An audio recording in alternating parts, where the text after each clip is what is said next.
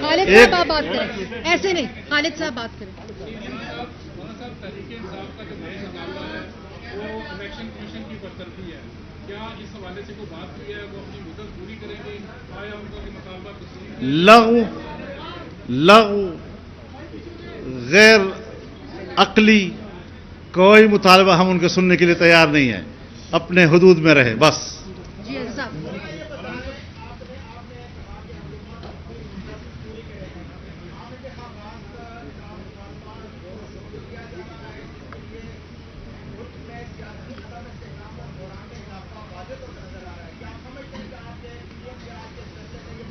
دیکھیے میں گزارش کروں آپ سے، ہم ان کے پاور کو سمجھتے ہیں. سوشل میڈیا فیک اکاؤنٹس پر ان کا پورے پروپیگنڈے کا دار و مدار ہے.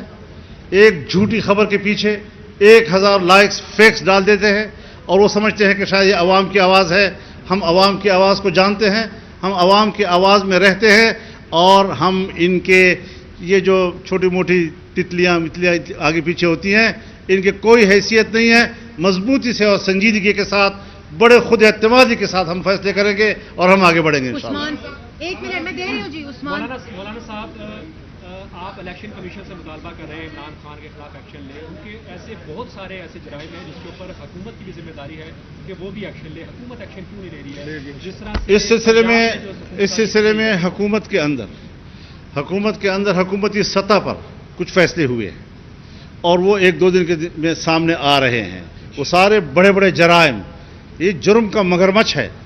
اس سے بڑا مجرم پاکستان کی تاریخ میں شاید آپ کو ملے گا ہی نہیں، جو قانون سے اپنے آپ کو بالاتر سمجھتا ہے. اب اس کے گریبان میں ہاتھ پڑے گا اور ایسا آسان نہیں ہے کہ وہ ان چیزوں کو ہضم کرے گا. کبھی کہتا ہے جی امریکہ نے مجھے ہٹایا ہے. امریکہ تو تمہیں لایا تھا. اور آپ کے گھر کا مکان کا E7 میں کرایہ 8-9 سال تک دیتا رہا ہے. اور جس نے یہ بات کہی ہے وہ کہتے ہیں میں عدالت میں جانے کے تیار ہوں ان کے ساتھ. جی حافظ صاحب.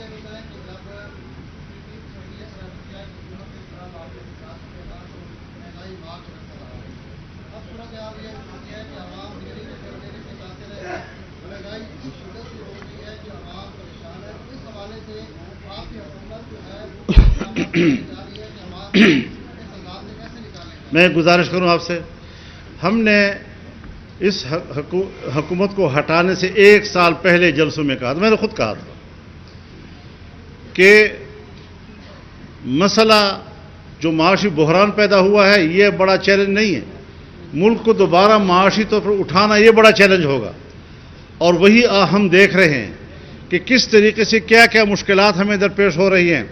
اور ہم آج میں کم از کم آپ سمجھیں گے کہ شاید وہ اپنے اندر کی کمزوری بتا رہا ہے، لیکن اب بھی بیوروکریسی کے اندر وہ عناصر موجود ہیں جو حکومتی فیصلوں کو ناکام بنانے کی کوششیں کر رہے ہیں اور پرانے نظام کے تسلسل ہیں. ان سب کے لیے ہم نے کہا ہے کہ اس کا فوراً علاج ہونا چاہیے. مولانا یہ بتائیں کہ ایک تو آپ نے کہا کہ پی ڈی ایم کا اجلاس جاری رہے گا اور اس میں دیگر جماعتیں بھی شریک ہوں گی. کیا آپ پیپلز پارٹی کو واپس پی ڈی ایم میں شامل کر رہے ہیں اور دیگر جو اتحادی جماعتیں ہیں حکومت کی ان کو بھی شامل کر رہے ہیں؟ ایک تو یہ میرا سوال ہے. اور دوسرا یہ بتا دیں کیا آپ کی کوئی سسٹم میں مداخلت ہو رہی ہے؟ کیونکہ اب تک تو یہی موقف رہا ہے کہ سب نیوٹرل ہیں. کیا مداخلت آپ نے جو بات کہی ہے میں اس کا ذرا ایک اور پہلو سے جواب دینا چاہتا ہوں. جی ایک تو سردست یہی فیصلہ ہوا ہے کہ اگلا اجلاس جو ہمارا ہوگا اس میں تمام حکومتی اتحاد کے اراکین سارے شامل ہوں گے. نمبر 1. نمبر 2 یہ کہ ملک کی معیشت سے براہ راست جن محکموں کا تعلق ہے ان کو فوراً ہدایات دی جا رہی ہیں کہ وہ منگل کو اور بدھ کو ہمیں بریفنگ دیں اور اپنی کارکردگی ہمیں بتائیں تاکہ ہم ان پر ان کی مزید آگے رہنمائی کر سکیں.